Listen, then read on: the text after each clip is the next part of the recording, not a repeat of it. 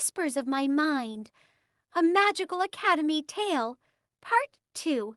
The Journey and the First Echo. The journey was as fantastical as the invitation itself. There was no map, no compass, only the feather, which, when clutched in my hand, pulsed faintly, guiding me along forgotten paths and through mist-laden woods that seemed to shift with every step. Ordinary landmarks blurred into impossible structures, ancient standing stones that hummed with forgotten power, rivers that reflected constellations never seen in the night sky. The air grew thick with the scent of old books and nascent spells, a perfume I instantly recognized and inhaled deeply.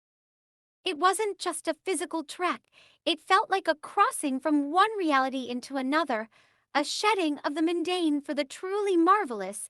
Days bled into nights, marked only by the shifting luminescence of the guiding feather, until finally, through a veil of shimmering moonlight, I saw it.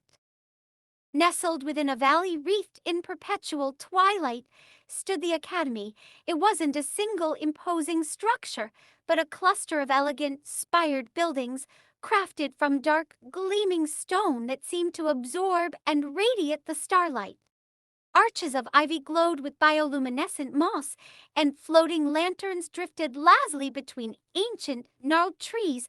A waterfall cascaded down a distant cliff, its waters not falling but rising in ethereal mist that clung to the highest towers.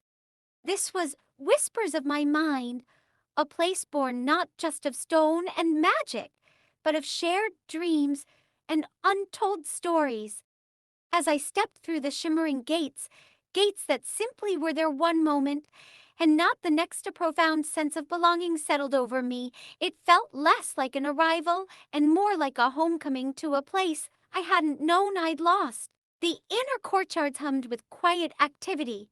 Students, just as I'd seen in my dream, moved with purpose, some carrying stacks of leather-bound tomes, others with quills poised, deep in whispered conversation.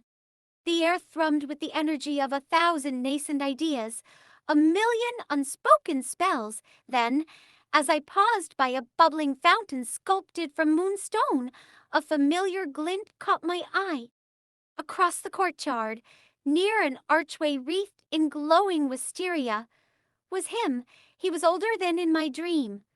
Perhaps with the same unruly dark hair, now slightly longer, falling across the spectacles I remembered so vividly. He was discussing something animatedly with another student. A scroll unrolled between them, as if sensing my gaze. He glanced up, his eyes, the color of storm clouds clearing after a spring rain, met mine. That quick summer lightning smile I dreamt of touched his lips. It was only for a second, a fleeting acknowledgement, before he returned to his conversation, but in that instant, a connection formed, an echo from a dream now vibrating in waking life. It was more than a welcome.